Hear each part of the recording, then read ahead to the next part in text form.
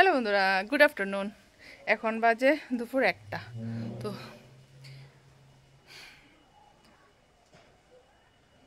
রান্নাবান্না কিছুই করিনি, মনটাও ভালো না।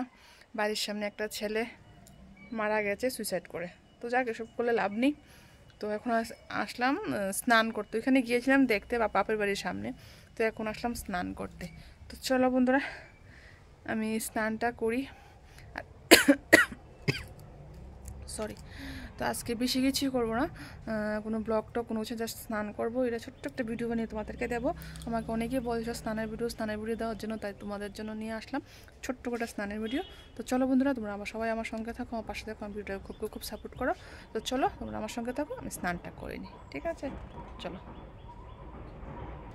ও, আরেকটা কথা, চুল ভিজাবো না। কালকে বোটেক্স করিয়েছিলাম পার্লারে গিয়ে। আমার মাথার মধ্যে ভীষণ খুশকি ছিল, অতিরিক্ত খুশকি। তো বোটেক্স করিয়েছি, তো বোটেক্স করা নেই, তো চুলটা ভিজাতে পারবো না। গিয়ে আসে বিকালে গিয়ে পার্লারে গিয়ে চুলটা ওয়াশ করে আসতে হবে, ঠিক আছে? পার্লারে গিয়ে করতে হবে, তার জন্য এখন আমি চুলটা ভিজাবো না। চুলটা না ভিজিয়ে স্নান করব। তো চলো।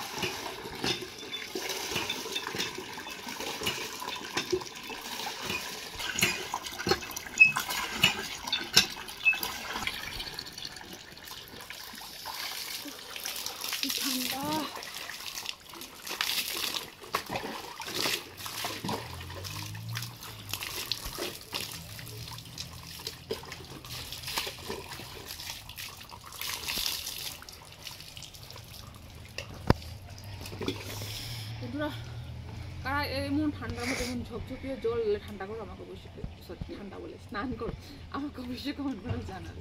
এই ঠান্ডার মধ্যে এমন জল দিলে কে স্নান আমার মতো কমেন্ট করে তো ভুলবে না, অবশ্যই কমেন্ট করে কারা কারা এরকম ভাবে স্নান।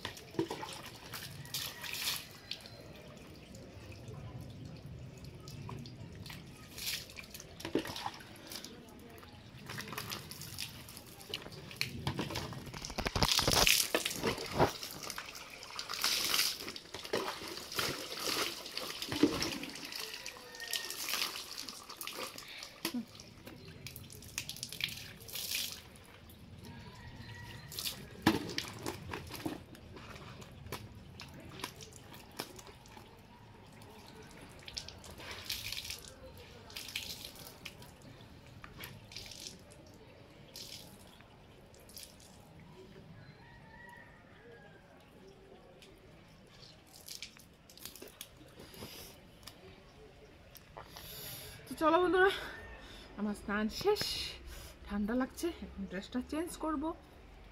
আর কীরকম লাগলো আমাকে অবশ্যই কমেন্ট করে জানাবে, ঠিক আছে? আর বেশি কিছু বলছি না, কারণ ঠান্ডা প্রচণ্ড লাগছে, ড্রেসটা চেঞ্জ করতে হবে, ঠিক আছে? চলো বাই, টাটা, কালকে আবার দেখা হচ্ছে।